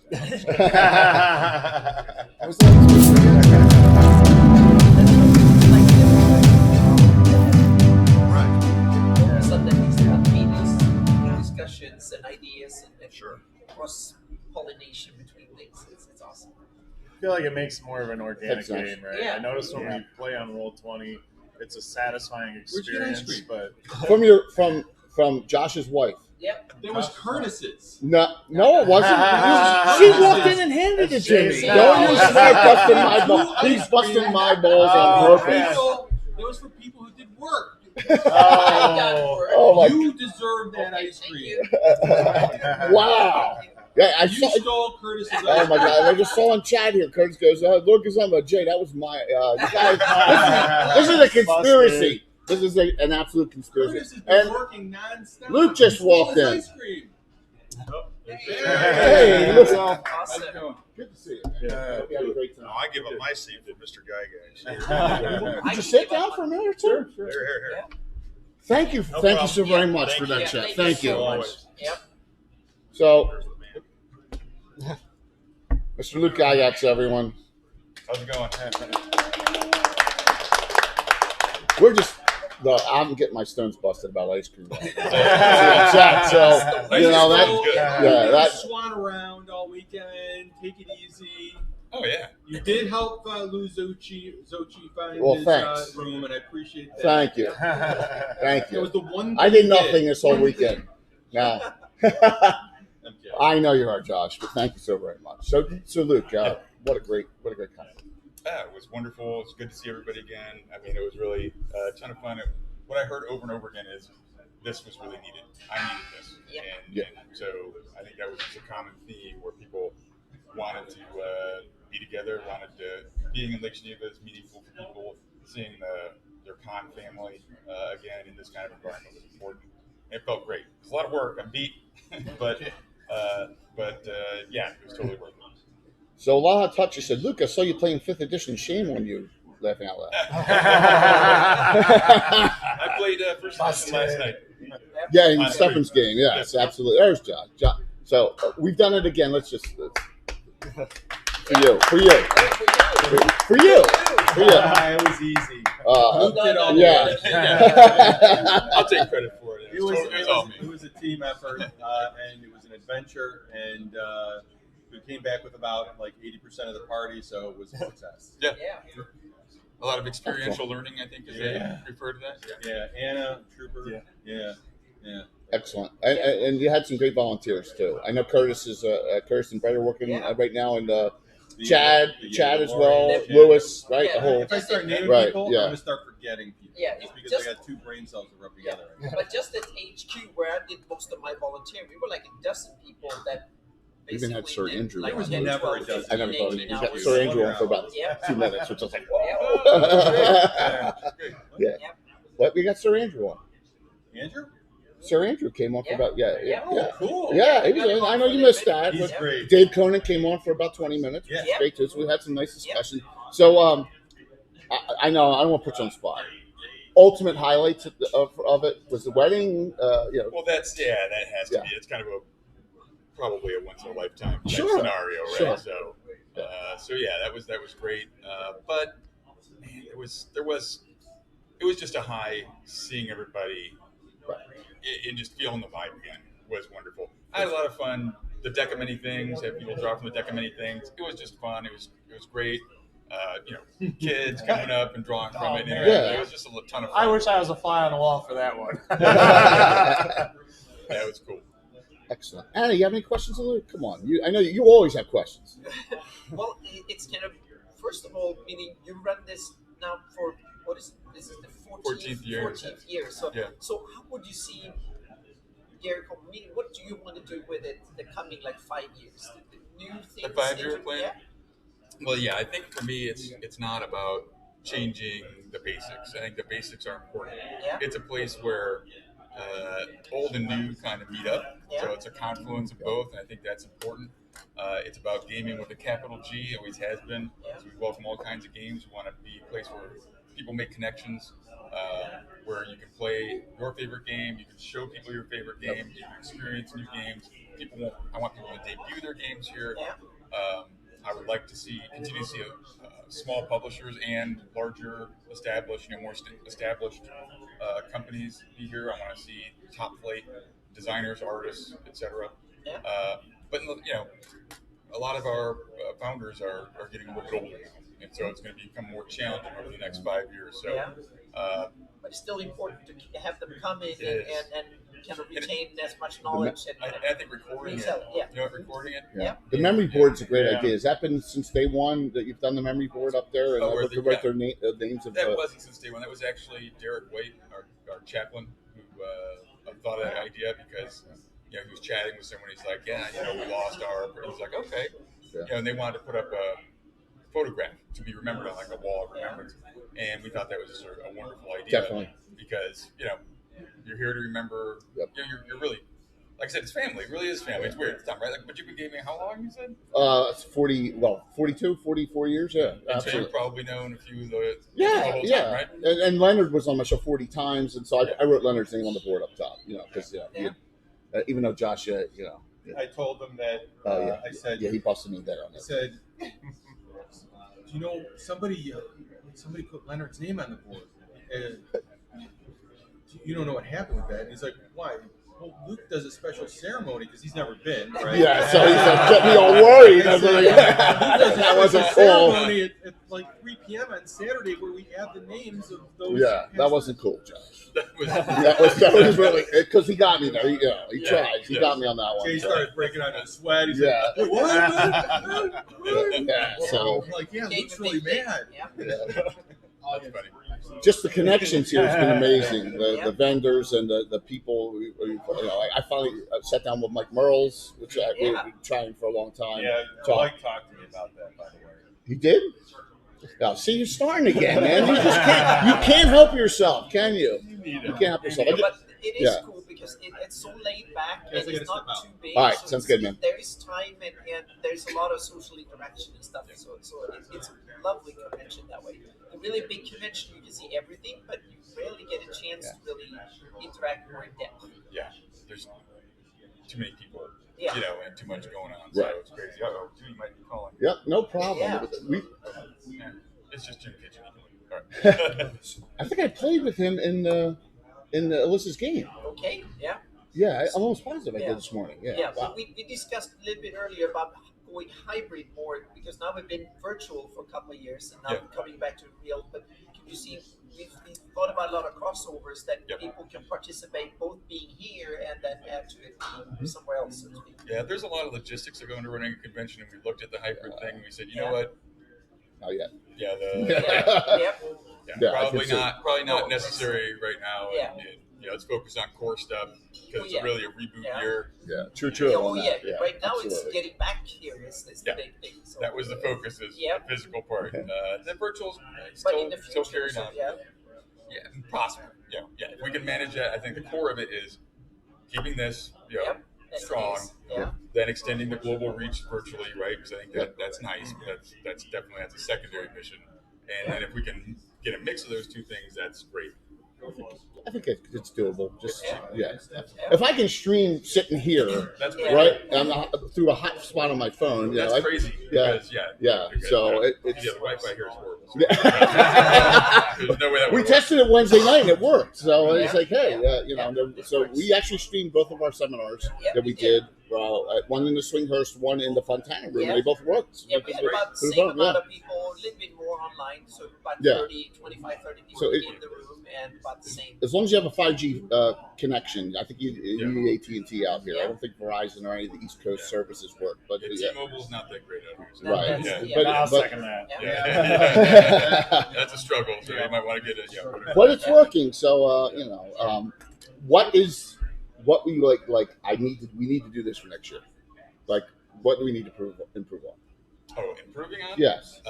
Just getting some SOPs in place, some standard operating procedures. So making sure that we got, like I said, really with this break, we lost a lot of our volunteer captains, our director of ops. So it was a whole staff refresh, like about 75%. So it was really a rebuilding year. It was not only had it been a long break, we had new people. So just getting processes in place, finding people where they fit well, making sure the communication flow is on point. So there was a lot of friction this year, so it was a harder pull, but it still worked. I don't think, I guess when you look behind the curtain, you see what's going on. So of course we just want to improve and get better and make it smoother, less friction points. But I think from a user experience, this is your first con. I thought first in person, yeah, here. and so it was good for you. It was great. Oh, that us too. Yeah. We liked that it was more intimate feeling. I was a little intimidated thinking that it was going to be this press of people and trying to get through everything, and this was like, it felt like the perfect amount, and everybody kind of knew each other, and it wasn't so many people you didn't see, like seeing the same guys that you played with a couple days ago, and you might not do that in 30,000 people, but it happened a lot this weekend. This and that was awesome. Nice and intimate. Very intimate feeling. You're walking down the hall and you come across 3 people. You're like, he wrote this, I'm saying it's like that's an amazing feeling. Well, seeing Stash in the hallway again. It was. We all played in Todd's game together yesterday, and that's how kind of. It was fantastic. Yes, Todd's a lot of fun. He's a nice guy. Oh, it was. Yeah. Over imbibing in that game too. So that was a blast. So, what do I need to do for next year? Make sure that experience happens again. Sure. Yes. Come up with fresh, cool magic items. Like the deck of many things, right? Yeah. That was fun. People loved that. It was unique to Gary Con. It incorporated, great art on a classic item that still runs in both 20, 5e. So more of that sort of stuff, the more I can leverage that. That's great. Keep the quality high. Make sure my GMs are taken care of. Bring back table side service with COVID being gone. Make sure that we have our GM concierge. Typically, we run around and once per game, we offer a drink or snack to the GMs. I think that will be very popular. Yeah, it is. That's what we typically do. The bar service right outside of all the floors I thought was good. Yes. You're not spoiled though. Oh, okay. You don't know how good it could be, Jay. Okay. So for the GM, we have volunteers come by with a snack card and say, do you want water? Oh, wow. During the game. Do you want nuts? Do you want whatever it is? So that's the GM. And then we have wait staff that comes by the table. Okay. You just put up a yellow card, I think it is. They know you want something. They go, hey, what do you want? Oh, I want, the Phoenix, and it's Phoenix, like a silly name for like a spicy chicken burger, and and some whatever, a spotted cow, and they bring it to you. Wow. The best service on any convention ever. Wow. Okay. So I like to get spoiled. Yes, absolutely. Wow. Okay. Cool. We want to bring that back. We want people to feel confident that it's safe to come to conventions. It's a good experience. You're going to have fun. Recruit the volunteers.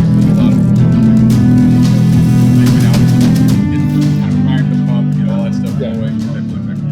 So that's the big stuff. And then incorporating some new guests, as well as always. Larry Elmore. Jim Ford. Roger E. Moore. Roger E. Moore just sat in on Christoph's presentation. It was fantastic. It was so great to have a conversation and see him back and talking to us and definitely. Yeah, that was one of my biggest highlights. That was kind of that I didn't expect. Very cool. Some of the other ones I knew were coming, so I was kind of, this is going to be great. And it was great, but this one I wasn't prepared for, which made it even better. And it was wonderful man to talk to. It was fantastic. I guess if I can get the charity auction items recorded ahead of time, and so people can do virtual bidding or bidding from the game team, that would help. That's great. Surprise some of the items for the audience. I guess. Because we just received pretty much all of it here. It's not like we have time to catalog it, take pictures. Right. It would take a couple staff people with knowledge to do that, but we still raised. It'll be $30,000. That's wonderful. That's wonderful. There's some amazing items. Oh yeah, that was some really cool stuff. So I made a suggestion to Dave, and that was he had the TSR reunion. Yeah, should be recorded, or he should have an interview section live there. I think the community would love to see that. That should be like the Actors Guild interview. Yeah, you get absolutely, up there and you have a absolutely. I'm not. Tell me. I volunteer for doing that, but I think that would be. That would be a lot of fun. Yeah. You have to wear a smoking jacket. Speak an English accent. But certain event. Yeah, I think it would be fantastic to get because the community is still supportive. Going all the way back to the originals. But there's room for growth. There's room for the new, and there's room for the old together. And that's a great thing about this con. It's just it feels so intimate. Yep. Jeff, you look like you're pondering there like this. You got your I was listening. Yeah. Okay. All right. That's cool. It was great seeing. with this being my first Gary Con. Yeah. Which is a lie. Yeah, I was gonna say. I'm going to see now. As I go Side eye. So I don't want to take up all your time, Luke, here, but I really appreciate you coming in and just wow. Absolutely. Thank you for so hopping much in. again. And thank you for everything. And you, I know you're retired now, correct? Yeah. Well, I will be soon. I'm retiring. I was on leave for a long time to make sure that Gary Con was able to happen. Like I said, there was a lot of friction, but we pulled it together, and really, I think it was an amazing. Like, hats off to guys like Josh Pop and other folks. I had never met a couple people. They happen to be full-bird colonels in the Army, but they're gamers. Right. And so when I was talking, I was like, "Yeah, there's some difficulties," and he's like, "You know what? I'm coming." He's like, "I'm going to get a team." So we brought 3 people, or 3 of them total, and they just showed up and they said, "Whatever you want done. No job's too small." That's great. So they just took leave and showed up, drove. Said, "Okay, I'll run to the airport. You tell me to hand this out, pack a box, lift this, whatever. I'll do it." And so it was really good. And like friends of mine for that I've known since I was a teenager here, family members, etc. Yeah. So that's really beautiful. And it was a team effort. People came together. Volunteers, obviously, whom I don't know, also gave of their time freely, and that's what makes this happen. Fantastic. But I'm going to get shout out what's going on for the rest of the year, because I know you got some other events going on. If you could just sure. There's a little Kickstarter going on right now for a 5-year adventure. I know that's okay. That's all right. That's fine. It's in my World of Okram setting, and it's ks.gaxworks.com. I'm sure somebody can type that in there or whatever. But it's just about $10,000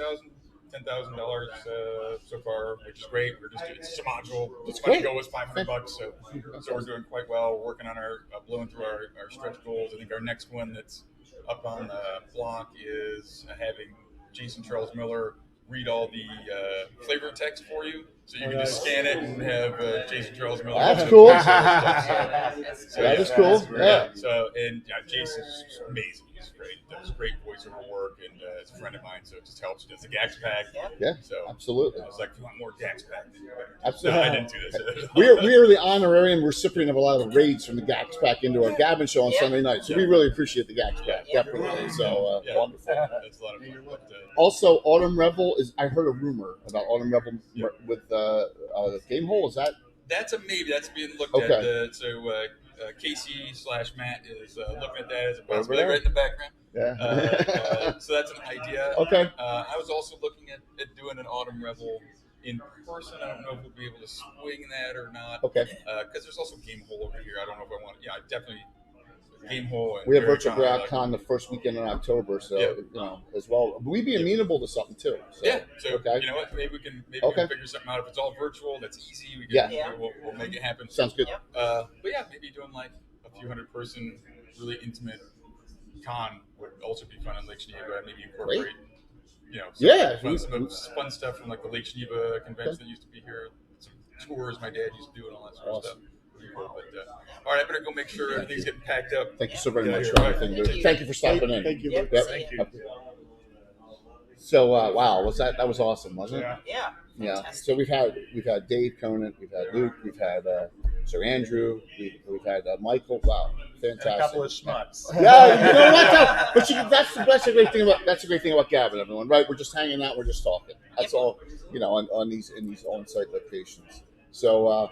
And we got a large viewership now. And Robert, thank you very much, Robert, for all. I'm not sure. And Matt, could you hop back on here for a second, real quick? Yeah, please, absolutely. Robert, sit tight, because I don't know if you heard earlier. He wants to thank you and the Australian streamers for your work.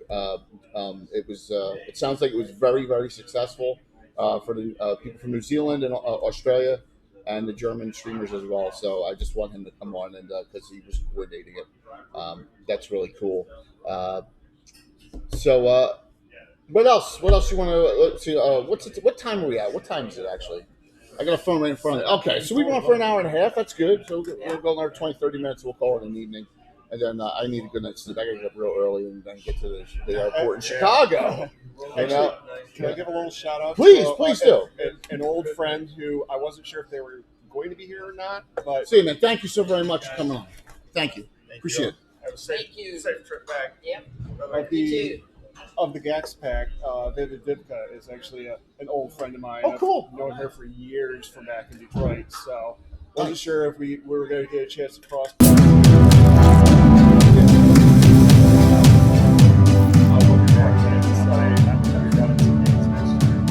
I couldn't.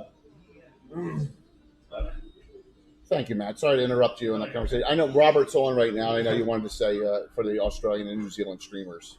I saw him on chat there. So, yeah, just that was super successful.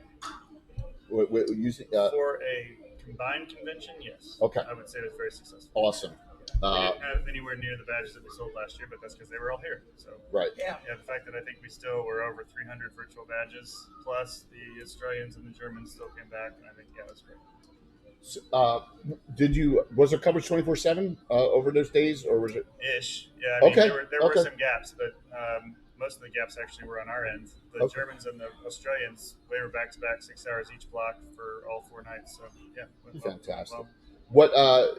Thinking about adding in any other communities beyond them, or is that are you guys at your limit? We know how difficult it is to do that. I mean, that's a nightmare. Yeah, so we're definitely not at our limit because in 2021, not 2020, we had 3 Twitch channels all at the same time. So right, last year, I know that. I remember that. Well, actually 4. I'm sorry, I apologize. 4. Yeah, 4 last year. There was GaryCon Greyhawk as well, which you were running. Yeah. Yes, that was a blast. Yeah, and I ran a game. Yes, you did, man. You did. Yeah. We did our joust then too. We did. We had it was very successful, and we're going to do that in October during GrowCon. We're going to go back to the next year joust. So limit, no. Interest would be challenging, I think, short of an entire group coming in and saying, "Hey, we want the channel for these amount of hours." So limiting it to 2 channels, you think, for the most part, it worked for 2? Or we 1? Did 1. You did 1 this year. Yes, okay. We were going to do 2, and why did that fall out? Yeah, it fell out for some reason. I can't remember exactly why, but we ended up just limiting it to 1 this year, which was still plenty. I feel bad now that I stole his chocolate ice cream too. I feel so bad, but it tastes so yummy. Yeah, it tastes so good. I feel bad, but I just can't stop right now. Well, Luke said it went fantastically all around, and that makes us all very happy that Luke was ecstatic about it. And I'm looking forward to next year. Definitely. I walked up to Luke and said, "Luke, I only have 1 request. I think," and Matt's sitting there. He goes, "Yeah, can you walk away right now, leave?" Right? You said something like that. It was a joke. I said, "I just want to keep my platinum badge for next year." And he's like, "No problem." Yeah, you got to do. Once you sell them, hey, it's awesome. I'm so excited. You're in, right? Yeah, definitely. So, what a wonderful experience. So, yeah, man, I'm sorry I didn't want to take you away from your discussion there, but this was a great. Tell more stories. So. Yeah, and we've had a lot of great interviews and a lot of great people just hopping in on this chat, which is kind of impromptu. Anna, right? We didn't know what to make of this. So, no, we were just saying that we're going to have a Gabbin episode, and whoever we got shows to up. And we've been lucky. There've been so many awesome people showing up. And Luke said, which I found really amusing, was Luke said, You're doing this through your phone because the Wi-Fi service here sucks. He blatantly said that. What's the challenge out in the other building with streaming? Yeah, it's terrible. So the internet was fine. So we had wired internet connection down there. The original thought was that we would be away from the convention and it would be quieter. Well, it's a kids' water park. So, okay, I didn't know that. Timber Ridge in Geneva. For those of you interested in taking the kids somewhere for a holiday, looked like an amazing water park with all the sound associated with that. So that was a significant challenge this year. And the kitchen was right next door too. I mean, it was. It was not the optimal place to go. It was very, very noisy. And I mean, one thing we didn't consider. We definitely considered the back and forth drive. We had shuttles and plenty of cars to go back and forth, but the parking was super limited up here. So anytime somebody would leave here to go drive somebody down there, it takes 30 seconds. Couldn't get a spot anywhere. Okay. Wow. So next year will be a little here. Well, and if there's more people here next year, there's going to be less parking. So yeah, Oh yeah, that's something to parking has consider. been terrible all the years I've Yeah. been here. So yeah. So that's a major issue. But I know you guys will work that out. So, but all right. So I'm assuming you'll be back in this building then for streaming next year. We most likely will. Okay. Yeah. So one of the disadvantages we were on our heels this year already because of the construction that's still going on in the hotel, and so Which is real, everyone. It's real.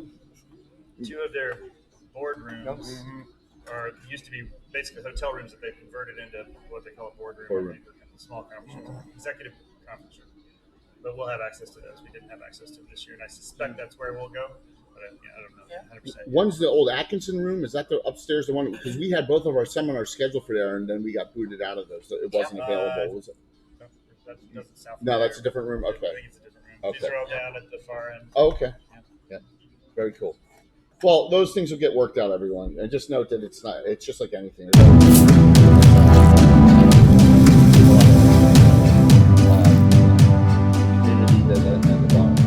By the way, I apologize one last time. I apologize for the alerts being too loud. Sorry, I'm not on my normal desktop, and it's my bad. So my apologies there.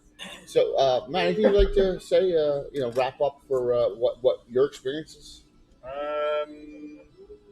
It's been a very hectic 8 months or so. We started planning for it back just after we really started meeting and hitting the ground back in October after. I guess that's not 8 months. Is 6 months. It's a long time. It feels like 2 years, but it's okay. End of con math is hard. We get it. But yeah, so I mean, it's great to have. It's a great feeling at the end of the convention to have so many happy people and so many satisfied and smiling faces as they're walking out the door. Yeah. Absolutely. It's just it's such a great feeling just to meet some people and just to be able to talk with like your people. Hey, Max, turn that down. But that is Josh's son. That background, I was like, what is that? Yes, thank you, Max. That was probably piercing. Yes, that probably was. It didn't get filtered out. It was nice to play with so many players who were ready when it was their turn. That was a highlight for me.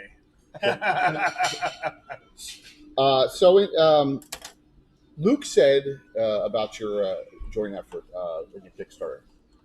Going well, right? Going very well. Yeah, good. Surprisingly well. We didn't have. In fact, we've already blown through the stretch goal, the initial stretch goal that we had up there, and we had to make some. We had to work some deals to get some other ones set up today. That's nice. Can someone? What's the site again? Sure. It's KS for Kickstarter.gaxworks.com. Got that? Gaxworks is GAXXWORX. Okay. Gaxworks.com. Got that? Because I can't shout that out. I don't have my stream deck here. So, all right. Yeah. KS.gaxworks.com. Yes, and it's the Okarim. Is that or Shintufi? Which one is it? So Okarim is the world, and Shintufi is the only remaining city after this Yggdrasil Empire has destroyed the planet. We wandered through that city and one of our adventures this weekend. So that was our very much enjoyed. Thank you very much, Troy, for linking that in chat. Thank you, Troy Cannibal, for doing that. Really appreciate it. Yeah. So please check that out, and if you haven't supported it, please support that Kickstarter for Luke and Matt's great new undertaking there. So Luke has alluded to some maybe upcoming con partnerships coming up. Maybe. Sure. Yeah. That would be great. So thanks. So why don't we just do a quick synopsis? Does everyone want to say something? Final experience, or we'll call it an evening. We don't want to just blab on here now, you know. So we don't have to go the full 2 hours. Yeah. So Brett, what do you think, man? And very nice to meet you. It was nice meeting you, Jay. I mean, my highlight had to be our game. Okay, cool. I mean, being handed out something I never thought I'd want to play, a bard. Everybody hates bards, but it was the most fun that I've had, and it was by far the highlight of my convention. So cool. Thank you. Excellent. No, it was Todd's game, right? Yeah, I was just a player in that too, man. And what a great guy. What a great guy. I know he was great on the streams as well, live, and it's just an honor to be able to play with him, semi in person too. On my fantastic team, storyteller. Yeah, fantastic storyteller. He is a wonderful guy. So, how about you, Aaron? There's 3 parts that really stick out to me that were like my 3 favorite parts. On the way out, me and Brett on the train sat down and wrote up 2 characters that were brother tabaxi bobcats. And I was a ranger, he was a monk, and we actually did get to play those in a 3-part game. That was cool. And we had a blast because being a cat, you can do so much fun, ridiculous, annoying stuff. Yeah. That was a lot of fun. Who was the DM? Zach. Zach from Motherload. Yeah. Okay. Those guys, Worlds of Game Design, I think. Okay, cool. Yeah. Yeah, And that was a lot of fun.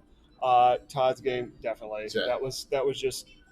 That was something, that special little spark when you sit down and hit ground running. And then this, I mean, just, like I said, first time getting to attend Gary Con, new player myself, sitting down, just getting to make new friends and meet people and just be part of this. Awesome. So thank you.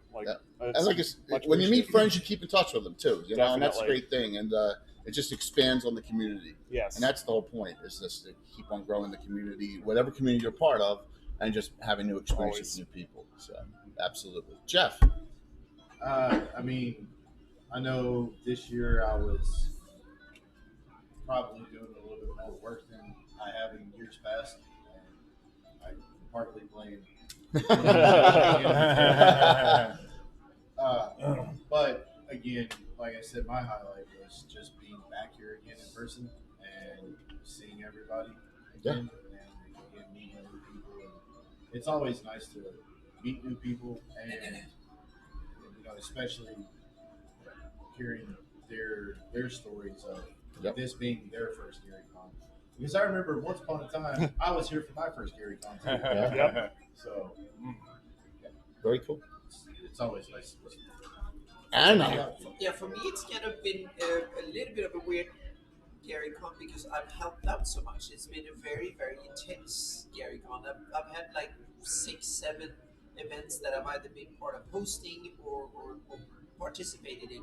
But in between that, I worked like 6, 8 hours in HQ and done other stuff, helping out for the con. So I've been both a participant, but also a con volunteer working. So it's been long days from getting up like 5 o'clock in the morning and work until midnight basically, and having fun probably about 4, 5, 6 hours, and then work probably about 6 hours too. So it's been, so when I get back home, I will take at least 1 day off and not look at a computer, just be in bed. And That's all you get because we're live Wednesday night. Oh, that's exactly what I was going to say, because then it starts over the Legends and Lore Wednesday night. Wednesday. So Tuesday will be, so if anyone wants to reach me on Tuesday, you will not succeed. Yes. Then Wednesday I will start coming back to things. So go decompress. And also want to thank all my patrons and stuff who made it possible for me to come here. And I've met so many of you that has been amazing. So that's really cool. Wonderful. And Anna, thank you for all the assistance. I know I know Josh really appreciated it. Yeah, and it's been fun too, and to get to see how convention runs too. We had a great time. And it's a lot of boxes to move and stuff like that. Always. Install and stuff like that. There's a lot of boxes still need. Yeah. So, and Matt, what would you say in closing there, man? I thought I started. Yo, well, you can start. He started. All right, so there you go. I'll finish it. I had such a great time since Wednesday being here. What a wonderful 5. I'm just checking days. 5 days? 5 days. Yeah, 5 days. It feels like a day and a half. Oh man, it feels like it feels 20 weeks at the same time. It feels like a long time, man. Being away from my family and all that. Just like, hey, I could not pass up on this. I won't pass up on it again next year. So I will be back in person again next year. I will say the dates remain the same. Haven't been officially announced on the website, but we've let some hints go on the Kickstarter. So that 23rd, I think, 23rd, 24th, 25th, 26th of next March. Perfect. Fantastic. So you heard it here first. Excellent. Maybe we can get more of our Greyhawk community here. We had Curtis here, right? We had Josh. We had Lex Fire here. I saw who else just came today? A couple. Vamoku was here. We had a lot, but we need more of our community here. So really, Kayla was here. Yeah, Kayla was here. Robert was here. DM Dave was here. Carlos Lysing was here. Greyhawk Mike, of course. We've had Mike. We had a lot of our community here. Christoph, but we need a lot more here. I think next year that would be great. All right, so what's going on here? Wednesday night. Don't try and reach me the next 2 days, please. Wednesday night we got Legends Lore 8 o'clock. We're gonna do heraldry. I don't have any shout outs or anything to put out there, but we're gonna. That's an easy one because I got all of Anna's new heraldry, and we just go through it. And Anna's gonna talk about some things, right? We're gonna talk about how we can talk about. Yeah, let's just do that. That'll be an make easy your one. own Greyhawk heraldry and talk about a little about what's already there too. Right, and some of your custom ones, some of my custom ones, and some of the ones that you did that were old and remade them a bit. Yeah, I think I have a couple that haven't shown to anyone yet. So. Oh, that's awesome. Yep. Oh, very cool. Yep. And then Thursday night, I have not even started the terrain or anything. It's sitting there. The arena set up in Grail City, still on my board down in my house. So I don't know how I'm going to get that ready for Thursday, but I'll figure it out somehow. We'll get it. And then a week from Saturday, in 2 weeks, the 9th, we have the return of the Slav Squad. So, and Robert, if you're still on, Robert Hartley GM will be the special player in the game. We have Mandy, we have Kirsten, Myriad, we have Little Bones, we have Darling Creepshow, we have MJ Russell, and of course the comedy relief Josh Zarathon playing Curtis Spackler Leaf, the Bill Murray based Druid Ranger Sylvan Elf character with the picture. He has the hat and everything. It's hysterical. Yeah. And that'll be on that Saturday evening, April 9th, and I believe at 6 p.m. EDT. That'll be the next big special event we have. So other than that, thank you everyone. Thank you for watching. What a great audience. And this will close out our GaryCon here, and we'll see you all in a couple days. Yep. Now I'm gonna hit a wrong button. Well, actually, I have no button to hit at this point. I have no button. I can't read anyone either off of the iPad. I apologize for that large audience. So whoever's on, please go give them some love. Hey Mac, what's up? Yeah, please give them some love, and we'll see you all in a couple days. Thanks. Bye guys. Let me hit the right button here. Will I hit the right button? Have a good night.